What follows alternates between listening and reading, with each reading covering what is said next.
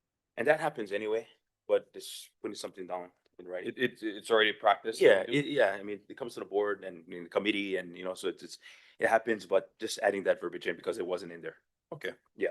So the 2.5D would read, 2.5D. before OHA commits funds to a housing initiative, all such programs or projects shall be carefully planned and shall be analyzed in terms of cost to OHA and potential benefits to Native Hawaiians. Funding provided shall maximize benefits to Native Hawaiians. All OHA investigations shall be documented in a staff report prior to the issuance of funds. Yeah. Does this reference investigations prior to that? It seems, No. when I'm reading it, just like it comes out of left field. So, yeah, I mean, I guess we could change that word potentially, findings or. That's a possible. What's the investigation? I'm unclear in what the, Due diligence? I guess we could change it to due diligence, just a process, like what happened, the findings in that process is documented in a report okay, before the issuance of funds.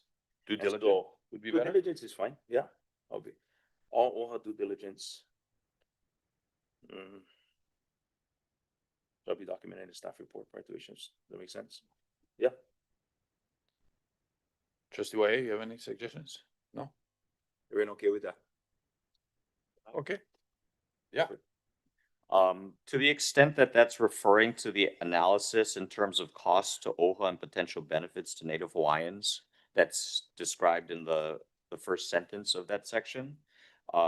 It could then follow, this analysis shall be documented in a staff report prior to the spending of funds, and then funding provided shall maximize benefits to Okay, Native we got Hawaiians. Okay, what supersedes that is the analyzed. Yeah, in terms of- and then, Got it. great, so be carefully planned, or this planning and analysis. Okay. So maybe we can, So this, how does it read? so before OHA commits funds to a housing initiative, all such programs or projects shall be carefully planned and shall be analyzed in terms of costs to OHA and potential benefits to Native Hawaiians. This planning and analysis shall be documented in a staff report prior to the spending of funds. Funding provided shall maximize benefits to Native Hawaiians. Okay. Sounds cleaner to me. Yeah. Yeah. That's the intent? That's the intent. Okay. Thank you, Everett. Okay. Do you have that written too? Okay. We want to make sure we, capture that, or yeah, we'll amend it when we get to do amendments, but, maybe hand it to Alina so she can type it onto a Word document and we can bring it up after. Okay, moving on to 23, I have one more. Yep. On 22, 22. at the top, I'm sorry. Housing development projects. Okay, Sites, sorry, it ends with saying, OHA's role would be to provide assistance in the development process rather than to develop a project on its own. This will be the new addition, proposed change. Assistance may include technical support, financial support, or advocacy. So basically it's just providing examples. we're on page Sorry, 22. Page 22, Housing development housing development projects. projects at the top, second paragraph. And it's, So, yeah, go yeah, the ahead. proposed addition would be, at the end, so I'm gonna read the line before. OHA's role would be to provide assistance in the development process rather than to develop a project on its own. Assistance may include technical support, financial support, or advocacy. And it just is basically just clarifying and not keeping it so broad, kind of zeroing in on that. You Okay, guys okay with that? can you make sure, Alina has that? Yep. Cause we'll put all those up. Okay, page 23, 24, 25, 26, Thanks, Eric. 27, 28, small changes, 29,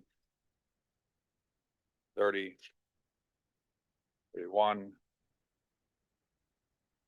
32, 33. Okay, 33 is where we get into series 3000. So this is the administrative work plans, and then we jump into the administrative's new program they're gonna be rolling out, this program progress report. And also, which was briefed at the last BNF meeting, and then also, so that there's a lot in there on page 33, 34, 35. And then, so let's talk that first. Want to explain that, Ev?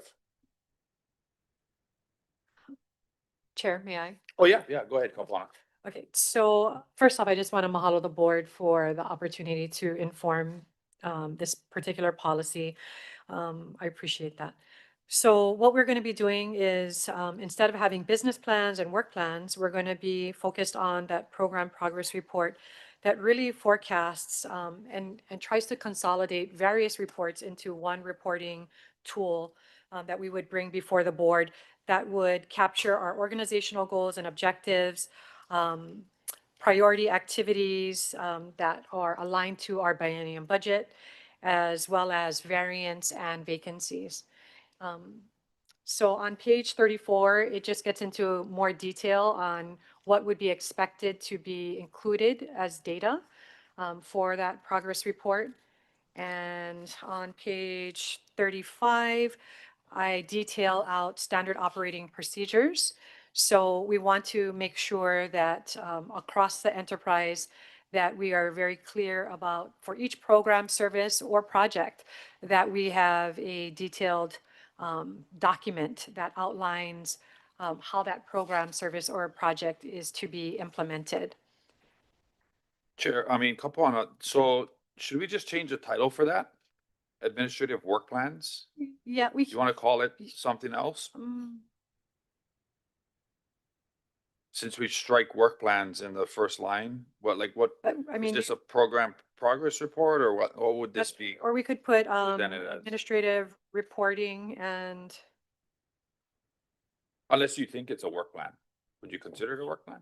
not really. Yeah, I think for consistency, administrative reporting and standard operating procedures. I think would. Trustees, you guys have any other suggestions? And just for clarity's sake, standard operating procedures is different than desktop procedures. So standard operating procedures are specifically going to be for outlining and detailing programs, services, and projects within OHA, Good. and not necessarily the everyday tasks that staff do. Okay, so it would be titled Administrative Reporting and Standard Operating Procedures. Yes, please. Mahalo. Okay. So that's on page 33. Okay, that's great. We're gonna move on to 37, more technical, 38 footnote, 39 objective operating costs. These are Everett's, I guess, consistency changes as well. Page 40 is just technical. Okay, page 41. This was an addition that we added in as a explicit responsibility as the preparation of the biennium budget. And so what you see in 3.4C1 is the language we discussed last week in black and underlined. And then we further added in that the chief financial officer is solely responsible for the certification of the budget and shall certify that, in parentheses, funds are available to effect the OHA biennium budget at the request of either the board chairperson, the budget and finance chair, or the administrator. So obviously there was some back and forth between certifying the budget this past cycle as related to our previous CFO. We had talked at length about this. There was nothing that really was in writing. It was just became a standard practice over the last few years, a good practice, no doubt, but wanted to include it in here and make it explicit that this is the CFO's responsibility and that at the request of either the chair or the BNF chair or the administrator, that the CFO would certify the budget and in essence, be able to sign off and place this statement before a budget. And it would be the same thing. If the administration wants to bring a realignment to the board, you're gonna have to certify that realignment and have that statement there, that we have the money to fund what we're proposing to spend the money on. So that just codifies it in the EPM. Okay, moving on, page 42. That's just technical. 43. Want to speak to this, Everett? Yes, thank you, Chair. So these two sections were added here as a inadvertent admission in prior versions of this executive policy manual. So when we did in January 2013, OHA administration through the corporate counsel office updated the executive policy manual. That was basically maybe 10 years or so worth of kind of ad hoc revisions to various policies, but which had not been kind of consolidated into an update to the overall executive policy manual. When we undertook that effort in January 2023, we inadvertently missed two sections, in fact, that were moved from elsewhere in the executive policy manual. And these related to these two sections provided here. They had been previously approved by the board, but were not incorporated into those updates to the executive policy manual, again, just through an oversight of our office. So I apologize for that error. It did occur while I was serving as the interim general counsel, but it was only recognized as an omission through work, I think after this biennium budget was passed and actually raised to our attention by the chief of staff. So thank you to Summer for raising that to our attention, or at least this section that hadn't been fully incorporated. So it's being brought here. It has again been previously approved by the board. It's an existing policy. It just wasn't reflected in the written document. That's the executive policy manual. Okay, questions on that? Okay, moving on. 44, these are all technical in nature. 46.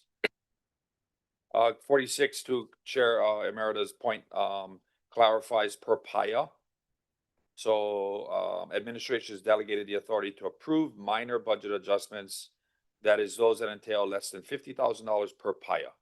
So we made that explicit, which are triggered by events or circumstances beyond administrator's reasonable control, et cetera, et cetera.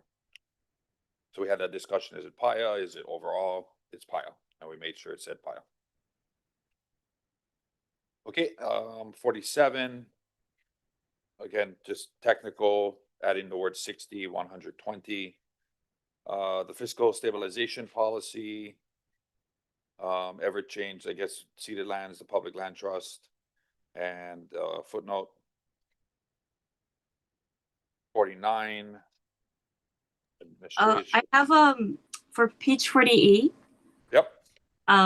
So regarding that, under definitions for 2 annual ceded land or public land trust revenues, also to make it consistent with some of the wording we've had with other iterations, and I want to say documents, it is referred to as the public land trust revenues with the state. However, as we know this to be, these are our Hawaiian Kingdom Crown and Government lands, or also known as maybe the Native Hawaiian Crown and Government lands of the Hawaiian Kingdom. So I think it's important that we have that in there so it's not lost as to why we receive these revenues, and that these are not just public lands, where these lands have derived from the genesis of these lands. So for instance, and I'm open to recommendations here, maybe it's a annual revenues from Hawaiian Kingdom Crown and Government lands, also known as the ceded lands or public land trust revenues. Sure. Yeah. I mean, Everett. Thank you. I think what I would recommend is retaining the reference to public land trust revenues, because that's the basis for OHA's receiving of those actual monies from the state. But the origins, I guess, of that claim can be reflected by adding maybe that are that. Are you saying you would keep the sentence as it is, but maybe add another follow-on sentence that specifies the origin of Yes. revenues. Maybe the claim to that, right? Why is it Native Hawaiians, I mean, that have this additional, claim to those revenues? But the basis for that, the actual receiving of those revenues, I think should be still made clear that it's the public land trust, as it was established under the Admission Act. But we can add maybe some additional language to specify kind of, the basis of, maybe of that claim, that underlying claim by Native Hawaiians. Is that what you're trying to accomplish? So your suggestion, Trustee Akaka? Yes, so I want it to be included in there so it's very clear as to the genesis of these lands and how, because part of the argument is through the years is some feel that Hawaiians are asking too much, that these are public lands. And that's part of the education and understanding that people need to understand that these are crown and government lands of the Hawaiian Kingdom.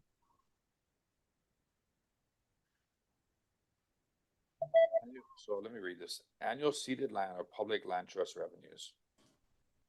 So it's a definition, right? Shall be the 21.5 million annual revenues received from the state of Hawaii as of fiscal year 22-23, or including any adjustments to annual public land trust revenues in the future by the state of Hawaii. Okay, so the second, after the comma is referring to if the legislature decides to change the number in the future, right? Right. Yes, and that's what allowed us to we didn't have to update this language explicitly when we received that increase back in 2022. Okay. I guess Trustee Akaka's point is she wants to make it explicit that the source origination of these revenues that we receive and any future adjustments to those revenues, derive from the unrelinquished kingdom, crown, government lands of the Kingdom of Hawaii prior to the date of annexation. Or is that correct? Trustee Akaka? Yes. Prior to annexation, okay. You guys wordsmith something? Okay, Summer will work with Everett and they'll put something together for your consideration where we do the amendments. Okay. All right, 49. Sure, Trustee Galter.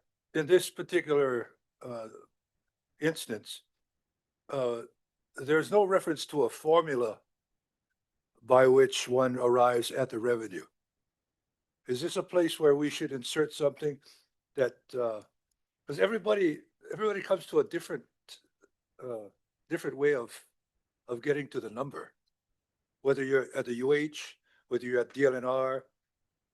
How do we, Everett, this is for you, yeah. How do we come to a consistent formula for revenue generation?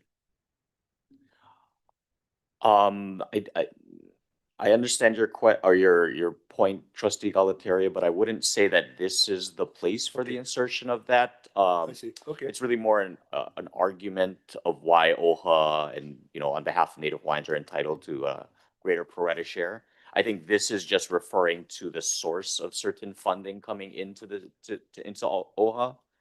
This is referring specifically to the PLT payments, right, that are received in the amount of 21.5 million each year.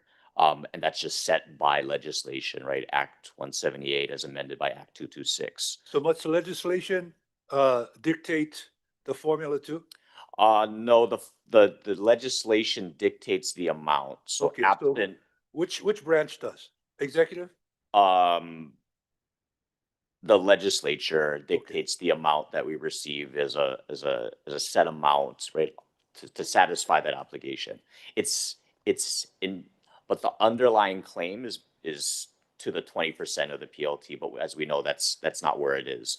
But for the purposes of this fiscal stabilization policy, we're just trying to say, what sources of revenue coming into OHA does this apply to? And we're just trying to be specific. So, hopefully that amount changes or increases in the future, but I think its placement here is just really trying to say, like, what revenue stream coming into OHA are we referring to, right, by this PLT revenues, not what potentially could come about by way of, our claims to a 20% share.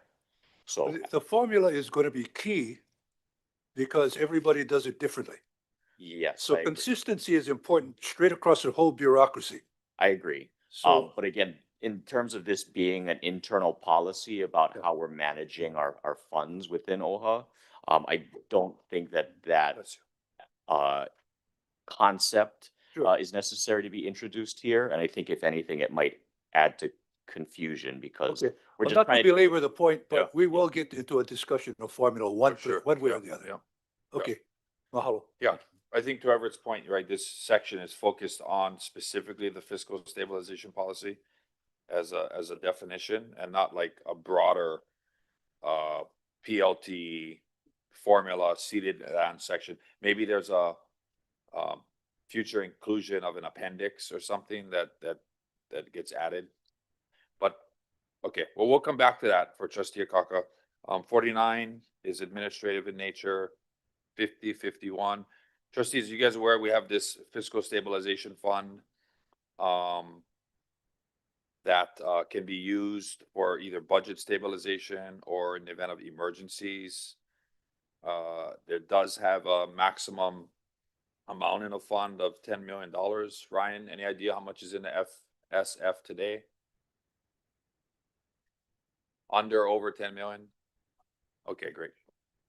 Once it gets to 10 million, we need to redeposit the cap into the Native Hawaiian Trust Fund. I could. Yeah. My understanding is that there are currently no funds in the fiscal stabilization fund.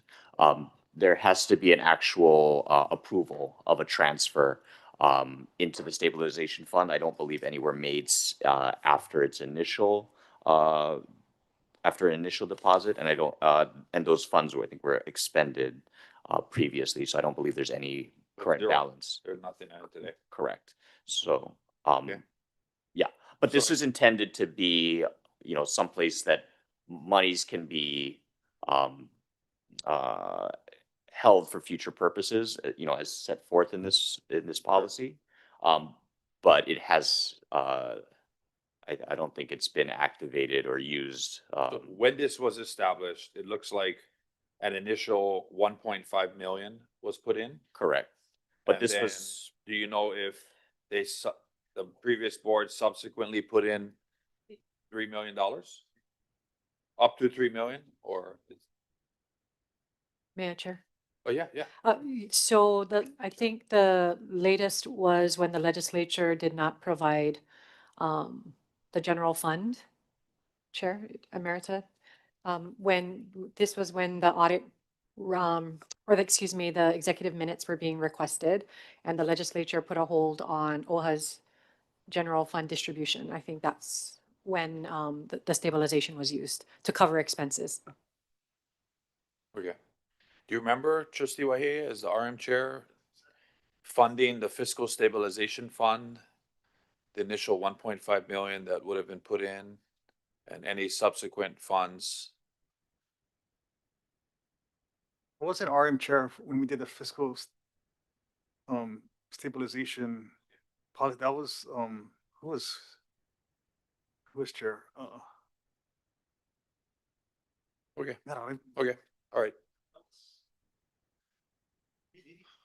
Well, it sounds like it's a tool we have to use, but there's nothing in it and we're not using it right now. Okay. Next, all right, 52, 53, 54, more technical in nature, 55, 56, 57, to have procurement of goods and services consistent with the Appendix 2. That language was added in there in terms of procurement disbursements. Also, the next section, travel and related expenses, to make it consistent with the new operational delegation of authority in Appendix 2. We added that language in there as well.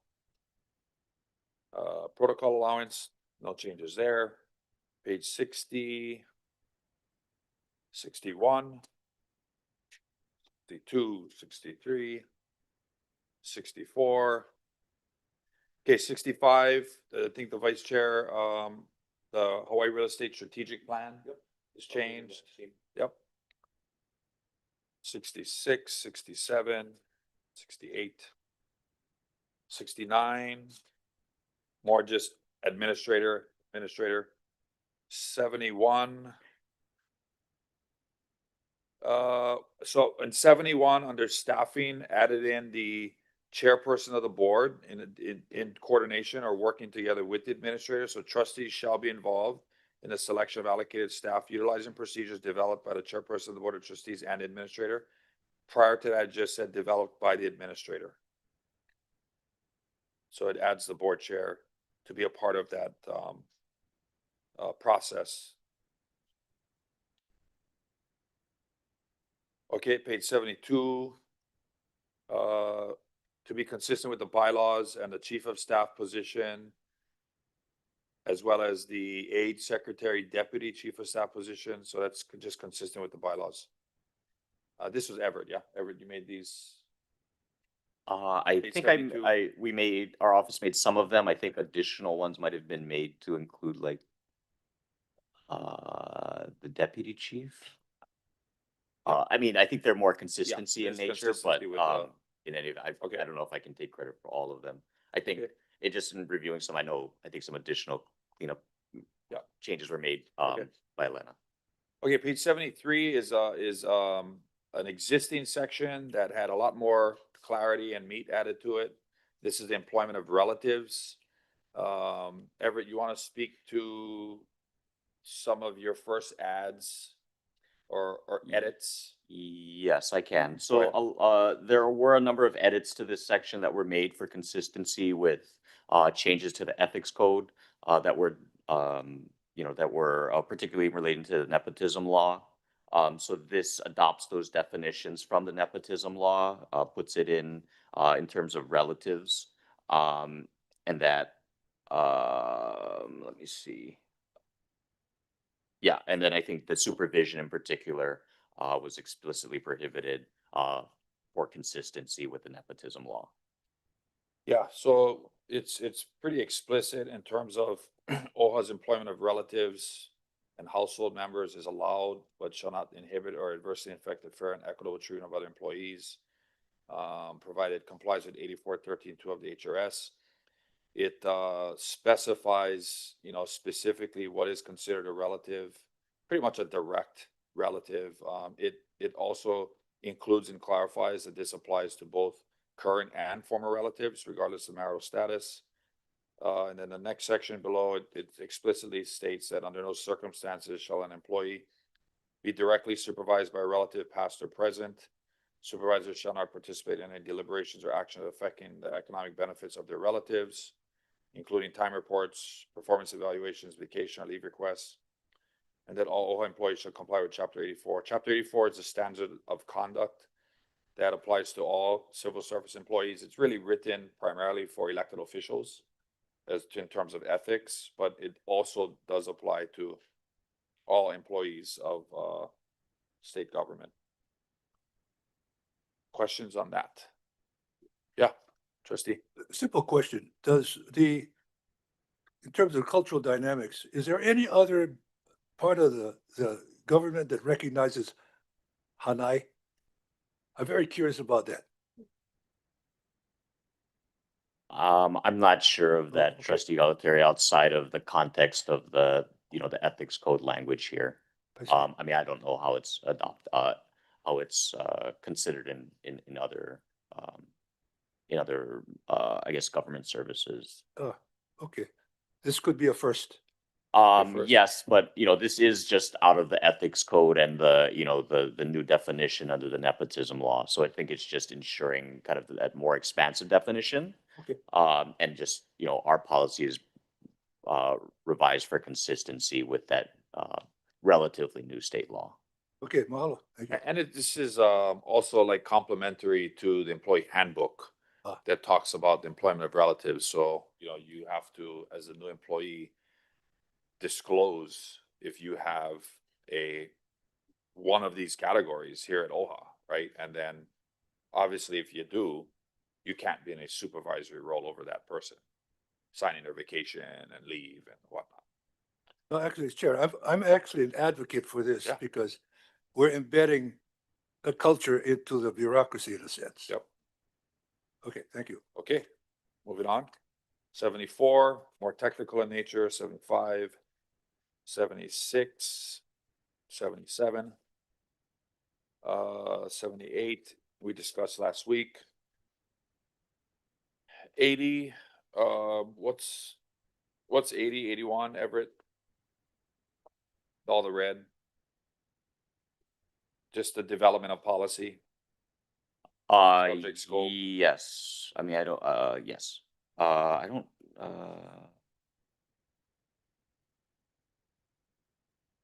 Oh, it's a form, okay, it was just a formatting thing. That's why it's red. It was still there. It was there last week. thank Got you. it, got it, okay.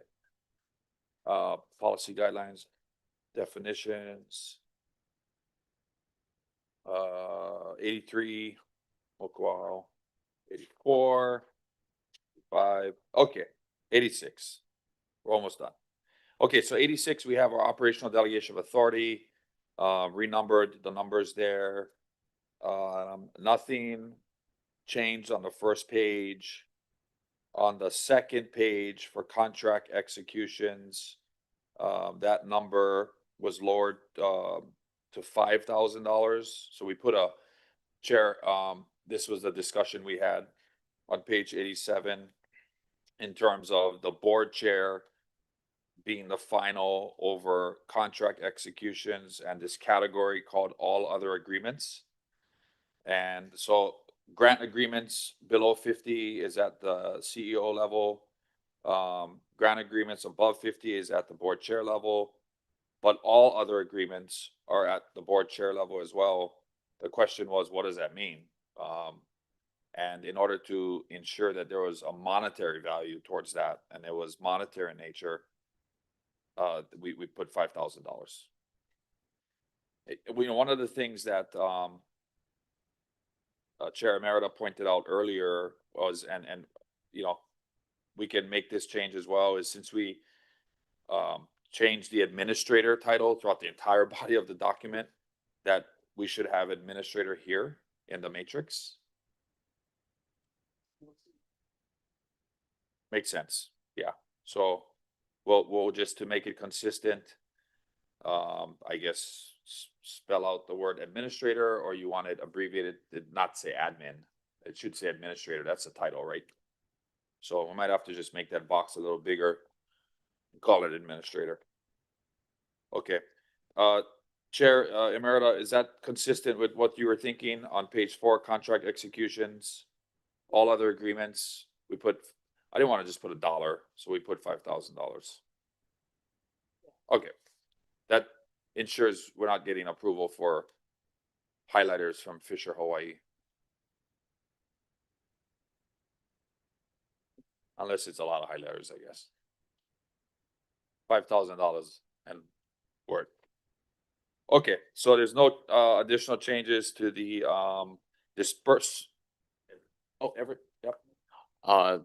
Thank you, Chair. And I apologize for not actually raising this as part of our revisions from the administration earlier, but I'm looking through my notes and recognize that I think the last time I talked about the program purchases and the Board of Trustees approval of purchases over $250,000. I think the one example that I came up with, at least from our counsel office, was the purchase of insurance. So when we go through our annual renewals of insurance, those are things that are worked through with our insurance agent and broker who goes out to market, finds the policies based on our operations and, risk, and provides, those quotes back to us. They're approved through the administration and currently, right, approval process, presenting that to the administrator as part of an annual renewal process. But oftentimes those quotes are coming in, in relatively short order prior to the official quotes, right, are coming in in short order prior to the expiration of insurance policies. So we do handle that administratively, but under this revision, I would see that needing to come to the board. there is a lot of information to be presented, and some of it is perhaps sensitive to agency operations, talking about especially risks, right? And potential areas of concern that maybe we don't want to broadcast as broadly, or having to speak to maybe claims history or loss history and things, again, as presented to as materials that need to be presented to the board. So those would, I think, be the areas that I would be maybe Can you do that in an executive session? I Yeah, if it's confidential in nature. I don't know if there's just a basis, maybe. Depends Yeah, on I mean, I think it's not, I guess it's sensitive, but it's also requiring maybe board, consultation with the board's attorneys. So that could be a basis for it. I think it's, though, having to maybe get some of those, renewal quotes in a different timeline than we've been operating under, again, to meet the board's, need to agendize matters and have that discussion. And then, if there is, a back and forth that's needed. Sometimes that is also not as quickly obtainable, having to have something get approved by the board. So if their question, my worry would be implementing this in 2025, where that, normally it's happening in December, our renewal date is December 1st, 2025. I'm sorry, December 1st of each year. So we would need to bring something before the board pretty quickly to ensure that the board has both time to consider it and possibly give us feedback if there's any changes that are needed. I mean, I do see value in bringing that to the board. The policy, the educational piece of the policies that we have. And we discussed them at Yes. an executive session Yep. previously. And I thought that was very informative. So I think there's value in the board being part of that process. I don't know how other trustees feel. I mean, I wouldn't, if we were to do anything, you would add like an exclusion that would exclude that particular purchase from the board's actual approval. I mean, it could be like, you must inform the board. Yeah. Like that would be like the only thing I would want to water it down with, or just keep it as it is and give it a shot in 2025 and see if it's problematic or not. Yes, I mean, normally we're we're starting the, the information gathering and applications, in September through maybe mid-October. We're not getting the quotes back until maybe November. There's sometimes some back and forth too with the carriers, and, depending on, I guess, various considerations in their underwriting, sometimes that back and forth is delayed. It's just, things that are done administratively. I'm certainly not looking to, keep the board from that information, or, not do the same types of presentations that we've done previously. I think it's just, we would need to significantly accelerate that timeline for 2025. And I think we're already kind of coming up on our normal timeline for that renewal. So we don't have any way to push it forward, right? Based on where we are in the year. Yeah, I would agree with your suggestion, Chair. Let's try it, because the board hasn't been a part of this process yet, and I think it would be good for us to, even if it's for informational purposes. I mean, at some level, but I guess, because usually you said it's handled on the administrative side, right? Correct. But I think part of the process would be educating this board too, moving forward. So I think that's very important, because I would like to know, or potentially give feedback and input, and potentially, have a vote. What do you think?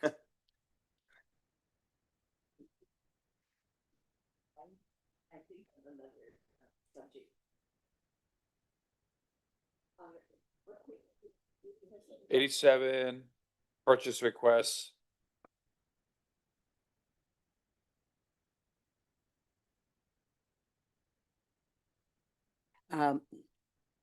I was looking, at the contract executions. And all other agreements, I think that administrator should be, I see that it's crossed out the final. I think the BOT chair should still be the final, but I think the administrator should have a signature to that. So she knows the people below her, what they're doing. She's the fourth.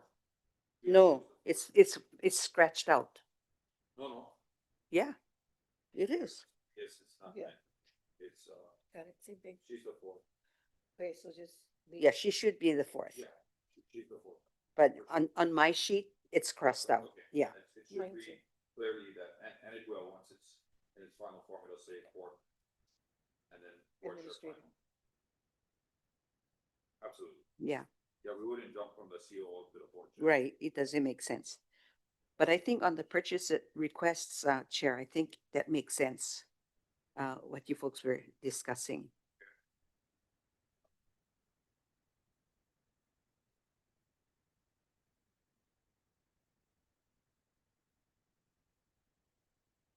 Anyone else? Yes, I'm inclined to leave it.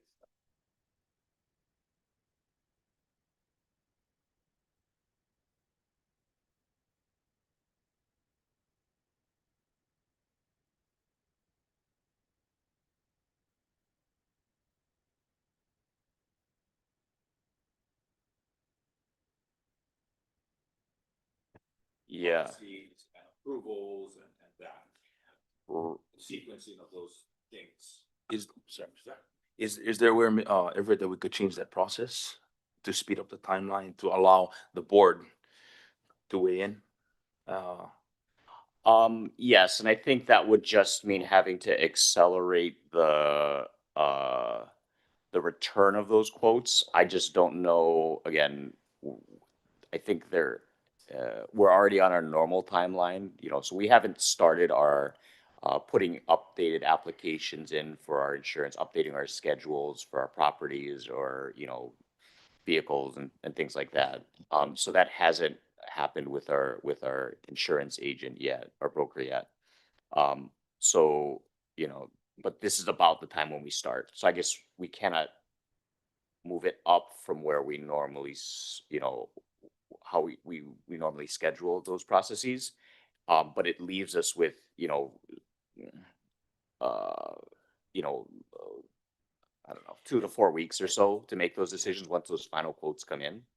So we can, I'm sure our broker is going to have some concerns about the timeline too and getting things before the board for decision making. Again, we're probably having to look at early November for those proposals to come in.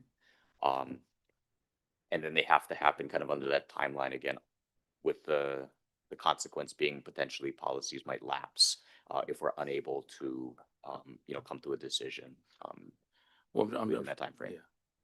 Well, I'm sure we can motivate the insurance broker and just let them know that the board wants to weigh in. And they've been working for us for how long? This insurance broker? As long as I've been a part of the corp counsel Yeah, office. so- And they're, it's through Marsh, it's a well-known national company. Yeah. It's also getting those quotes back. Sometimes, when we're going out to market, it does take a little bit longer for new carriers to consider OHA's, history and, our record and whether or not they want to propose something. So it also might affect how much marketing can go out, to other carriers that potentially can provide us with coverages or alternate quotes. So it might be more incumbents that are the ones willing to actually respond into the timeline that we're providing. So it just also might affect the premiums that were being offered. I say, let's see how it works out. I think And so. if, Yeah, gonna make a, let's yeah. just, Yeah. keep it as it is, and we're comfortable with that, then we'll, we can always, obviously, it's listed as the Board of Trustees, the final forward 250, so to me, that can come straight to the board, without going through a committee, and,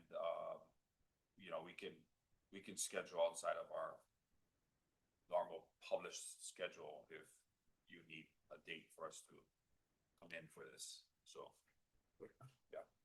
And I'm not trying to make your job harder, Everett, but it is a third party insurance broker who's handling the process. So maybe you can just communicate to them and they can tweak their timeline and see if that works. Yeah. Okay,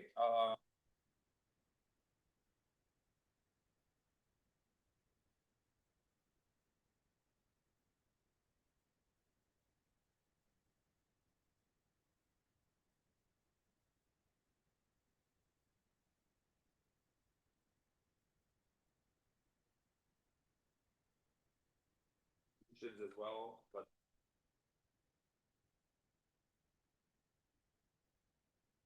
right now the final is the vice chair. Right. And my request is that it stays that way for consistency's sake. I do know that the vice chair is in there for your travel, but not for the rest of the trustees. So I'd like that to remain as it has been Sure. with the chair.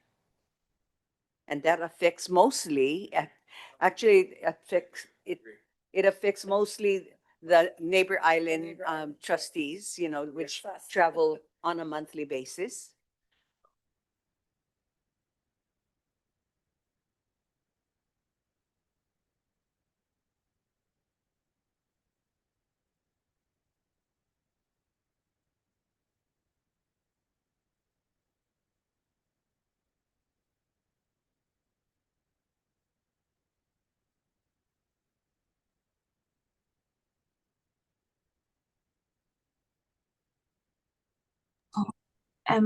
Can somebody turn their mic on if they're speaking? I'm sorry about that. So we're on travel, Board of Trustees staff. So for in-state travel, the trustee is the first after the staff initiates the request. Then the board chair is the final, and then it's the board chair, or probably the chief of staff, to inform the Board of Trustees of the in-state travel by Board of Trustees staff. And then for out-of-state travel, the final is the board chair, same thing, inform. And then for non-Board of Trustees staff, basically the administration, remains the same for all admin. There's different levels, but ultimately the CEO is, or the subordinates are final for different levels of travel. For the CEO's travel, it's board chair. So, Trustee Emerita, are you suggesting everywhere where it says CEO is changed to administrator? In these, probably, yeah, I guess so. Okay, all right, so we gotta do that. And then for out-of-state travel, it's the board chair is the final for the CEO and for all admin staff. And then for non-OHA employees, the board chair is the final. A lot of responsibility in that position now. Okay, vacation requests, none there, and then education training, nothing changed. The rest of the appendixes, trustees, the board did not touch. This was all Everett, just like Manini technical changes in nature. So we don't need to go through all the appendixes unless you want to. It's all Manini stuff. Any trustees have any questions on that? Okay. Well, what we should do then, if we don't have any questions and that we're tabling our discussion. Did we go through the code of conduct revisions? I think there were some that were also. You want to highlight that? I think there were also some that were provided from Code of Trustee conduct? Akina last. Oh, yeah. So that would be 144? Got it. Thank you for reminding me. Okay, so 144, we included Trustee Akina's duty of loyalty and duty of compliance. His suggested revision was continued expression of a differing opinion. It's page 144 in red. Different opinion, even after a matter has been voted upon, does not constitute a lack of support for a decision. Members of the board are allowed to communicate disagreement with a decision without fear of being silenced. So that was the Trustee Akina's recommended add. Anything else in the appendixes? No, I think that's the main one that was revised outside of, again, those cleanup type changes. Great. Any other discussion? Okay, so what we should do is vote on the amendments. Yes, I have, if we can refer to page 103, Okay, the Office of Hawaiian Affairs Native Hawaiian Trust Fund Investment Policy Statement, Objectives, and Policy Guidelines. Perhaps this can serve as an example. This was how we revised the wording regarding Crown and government lands. So if you look at starting from line 3 under introduction, it says, okay, and this is so that if it would help to have it consistent throughout the documents. The fund was established to manage assets, deposits from ongoing settlements of past due income and proceeds from the use of Native Hawaiian Crown and government lands of the Hawaiian Kingdom, also known as the ceded lands, including submerged lands of the Public Land Trust that were previously underreported or underpaid. So if we took that and were to apply that wording or similar wording to what I was mentioning earlier and including on page 97 as well, where it refers to in letters E and J, the annual ceded land revenues and the public land trust revenues.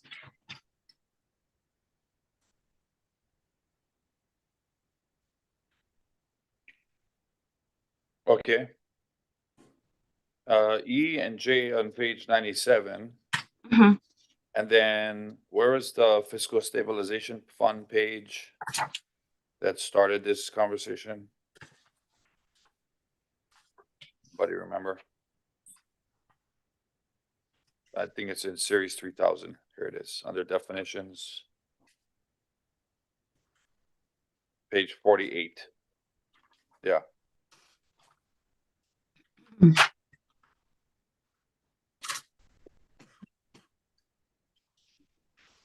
Yeah.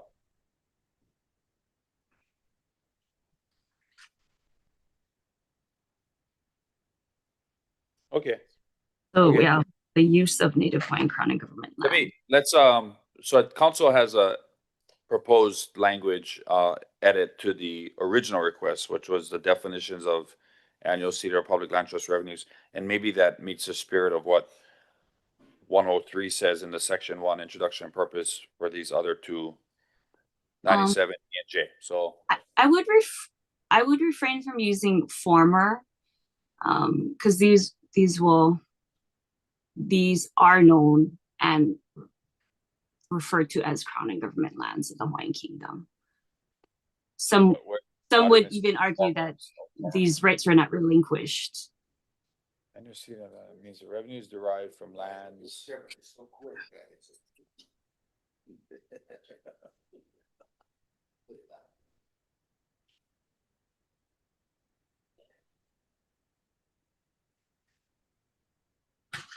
Yes, so back when we were doing these edits to page 103, it was at that time Trustee Trask had shared that she wanted to include that submerged lands were included in that as well.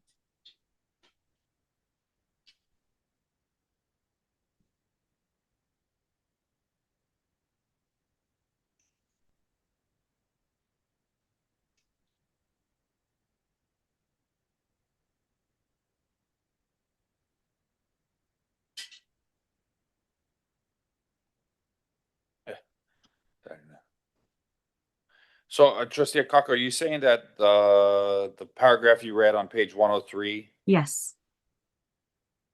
in its in its entirety that includes what you're trying to get at? Yes. But I also want to highlight there is a mention that is not included in these previous parts of the document in terms of the submerged lands as well. But I would also prefer that we not use the word former in there. Yeah, so that be removed.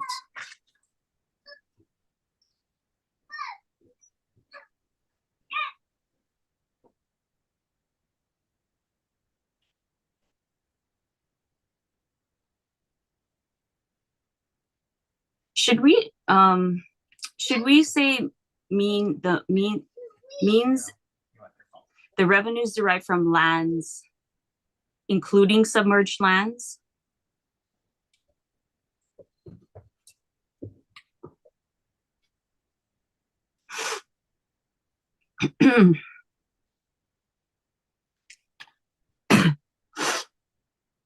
I mean, why don't we just try to keep it as simple as possible and just take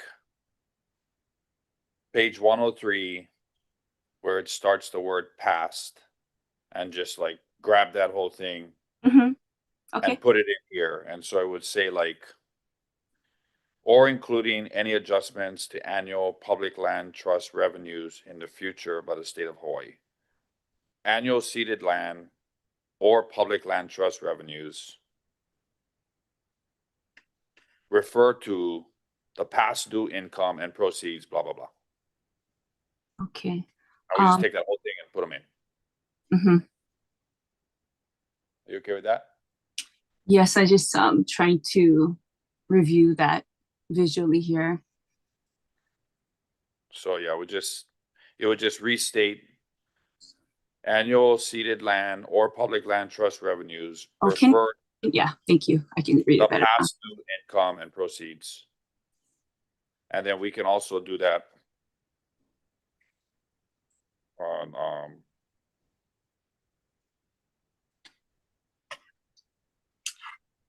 On page 97. NJ.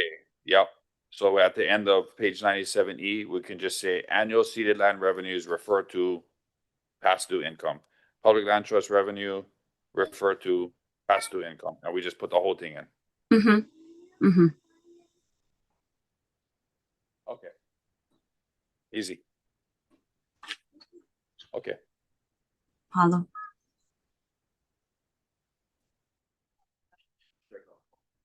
Yeah, we're gonna, you just read exactly what's on page 48.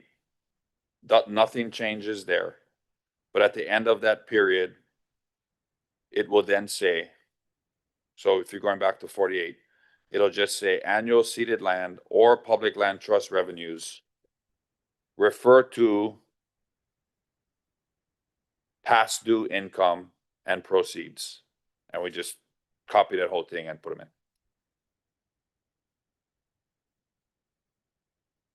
Okay, Trustee Alapa. It says, oh yeah, oh, it disappeared.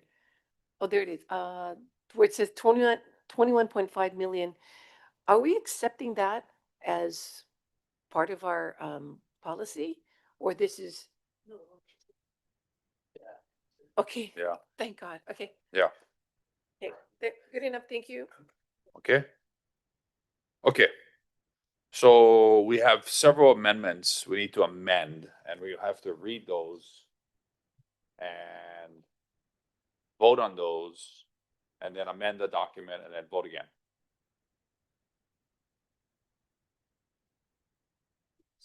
Okay. The oral amendments, yep. So we'll have Alina pull up the oral amendments. And you need a few more minutes, I'm sure, Alina? Yeah. Okay, let's take a fast recess then. 5 minutes. We'll come back.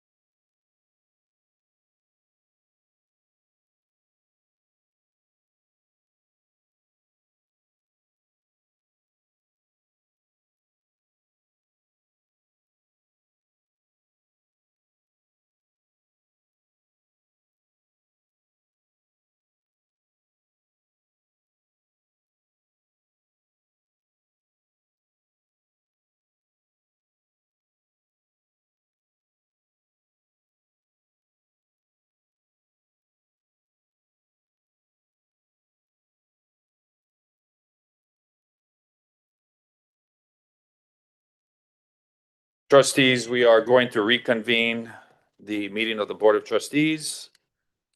Seeing our trustees in the room, we have quorum.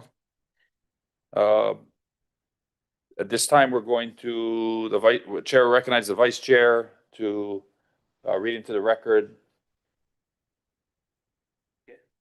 And then we will have a discussion on that and then move to vote. Mr. Chair, I would like permission to modify my original motion. And it's okay, that's granted. Because you're two revisions to the executive policy as orally amended. Okay.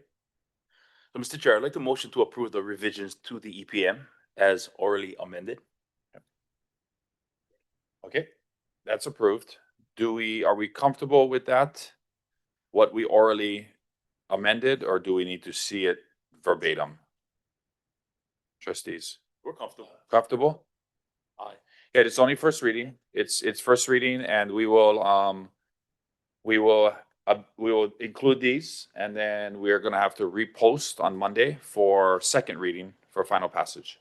Okay, any trustees, any discussion on the amended executive policy manual? It's been orally moved, amended. Okay, none, here none.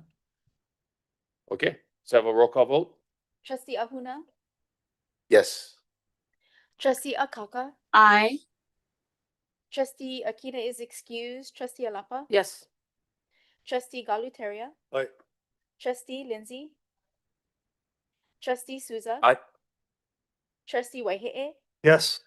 chair Kahele. Aye. You have 8 yes votes. Okay, great. All right, we're moving on to the second action item on our agenda, which is Board of Trustee 2511. This is revisions to the OHA trustee bylaws to establish an optional board legal counsel position to serve as a full-time in-house legal advisor and resource to the Board of Trustees exclusively, and other miscellaneous revisions to ensure consistency and clarity. This is first reading. Can I get a motion to approve action item Board of Trustee 2511? Moved. Okay. We have a motion by the vice chair. So we have discussion at this time. This obviously is a bylaws amendment, so it requires 6 votes for adoption and passage. What I wanted to just say on that, this particular proposal, because we had a good discussion about it last week, is I do share the concerns of some of our trustees regarding the caliber, I guess, and the quality of future board counsel, whether it's contract or whether it's a full-time, 40-hour a week in-house board counsel. And so what I'd like to propose is that in the event that this is adopted or moved past today and adopted tomorrow, what my thoughts would be is, and what I'd like to propose to the board is, we will work together with chief of staff and interim board counsel, come up with a really good position description for this position, work with human resources, post the position under the applicable salary range and rate that we have. The top end of that rate is $150,000, and go out to market and see if we can attract a board counsel applicants. I'd also point out that general counsel is actively trying to recruit right now, associate general counsel, and I think the 2 legal counsels closed. So there's applicants that are interested in bringing their talents here to OHA. If we receive a pool of applicants, what I'd like to do at that point is establish a interview committee, and I've asked our chair emerita Lindsay as well as the vice chair Souza to be a part of that interview committee, working together with, at minimum, board chief of staff Summer and our interim board counsel to review, screen, vet potential applicants and determine if they meet the muster of what this board needs in a permanent board counsel. And if they find someone that they feel fits that bill and they're in essence in that interview process representing all of us, then they can make a recommendation to the board chair. At that point, I would be a part of the process to at least interview the candidate and ensure that the vetting of Chair Emerita and the vice chair, as well as our chief of staff and legal counsel, are are accurate, and then we can move forward to select or not. If through that process, they decide that we don't have someone that they feel comfortable with, we can either go back out to market and repost, or we can pivot entirely and go back to the old model, or the current model, which is contracting legal counsel. We'd probably have to do a budget adjustment to move those funds from the position in FY 26, starting in the second, third, or the third, fourth quarter, back to contract services. And then at that point, we would go through the procurement process to select a board counsel, similar to like what the previous board did when selecting the former board counsel. And I mean, just to make it clear, like my thought is that the board would have not just a in-house permanent board counsel to do a lot of the day-to-day stuff, working with the trustees and especially the subject matter committee chairs and their staff on agendas and minutes, and helping the board chair in his or her CPO role in contract management, contract review, contract oversight, and a bunch of different Native Hawaiian legal issues that our office deals with every day. Right now, it's flowing to the chief of staff's desk. We're fortunate we have a chief of staff that also is a former practicing attorney, but that may not always be the case, right? And so I think that this board counsel would be very, very busy and would help to relieve existing staff workloads. But make no mistake, like, this board counsel is your board counsel. This is not the chair's board counsel. And if we ever needed subject matter expertise on public land trust or water rights or any type of specialized nature, then we have an approved list of high caliber attorneys. Whether it's from Denton's or whatever law firm that we have. We had previous Supreme Court justices serve in that capacity. We can bring in subject matter experts that are specialized in that field at a high level, but the day-to-day operations, the pulse of the board, will be staffed by an additional body in the board suite, which I think is a good thing if we can find the right person. And I feel confident that our chair emerita and our vice chair, given their experience on the board, can properly vet interested applicants. So that's my thought on asking for your support for this. Vice Chair? Well, Mr. Chair, yeah, I support it because, I think there's more of an opportunity for the trustees. Like you said, the council works for us, the entire board, not the board chair. More opportunities for the board to engage directly with our council on the daily. And also the fact that it is an optional opportunity, right? And it's in there in the policy manual. If not, we can go out and do it the regular way, how we've been doing all this time. And I don't doubt we'll get some good candidates and go through the process. And at the end of the day, if it's not working out, I'm sure this board will voice their opinion and we can make those changes at that time. Yeah. But I support it. Okay. Thanks. Chair Emerita? Thank you, Chair. I did have a conversation with the chair this morning because he knew I was in favor of it. But I'm an open-minded person here at the board, and I want to give us every opportunity to try things. So I am open to a qualified person, as you well know, because I think we deserve it. I did suggest that he talk with the three chairs of the committees and have them utilize this person, especially since it'll be full-time on board. So I support the chair in this Thank you. regard. Thanks, Chair. Trustee Lapa, did you have any?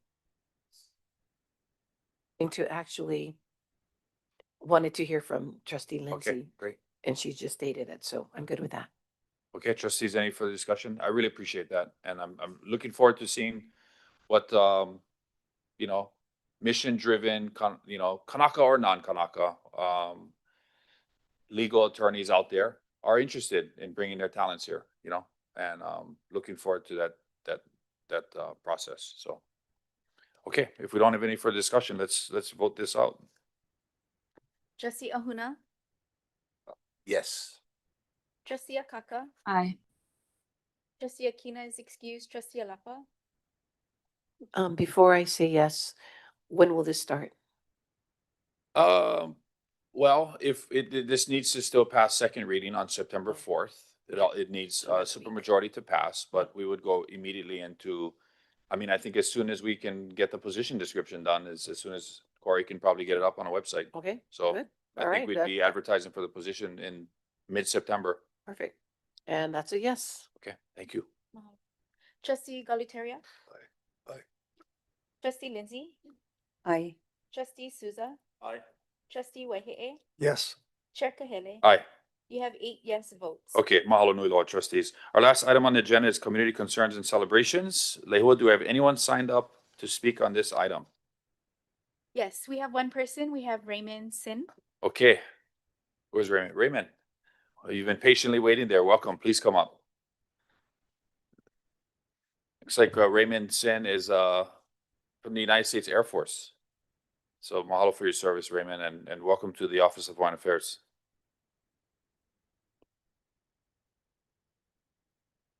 And you have 5 minutes to share your community concern or your celebration.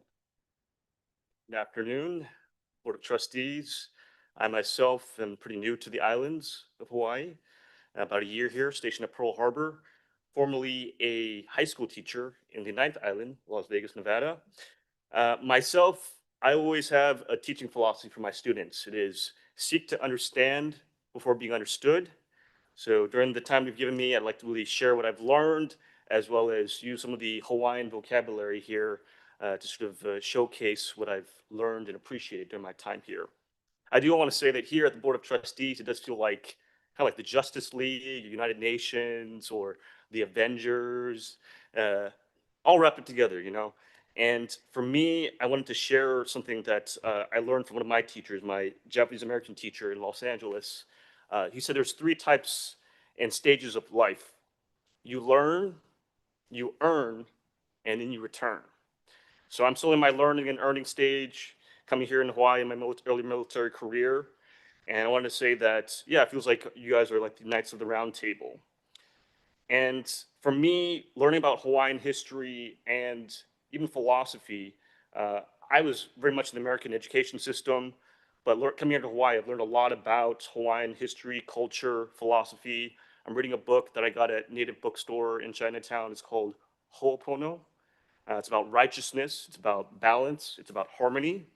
And I want to say that in terms of legal sense, I think Everett here is the general counsel, the attorney here, that since 1986, the Hawaii Statutes for Governance and Public Conduct has had the Aloha Spirit law in its state statutes, as well as embedded in the Pono state motto. And to know and understand different cultures and perspectives, I think is extremely important, especially in the United States. For me, I really admired Aristotle, Socrates, and Seneca.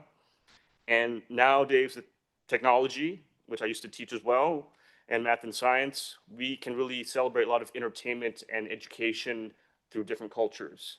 And 2025 is an amazing, amazing year for Hawaii. Its tourism, its economy. We had Jurassic Park Rebirth. We had Lilo and Stitch live action.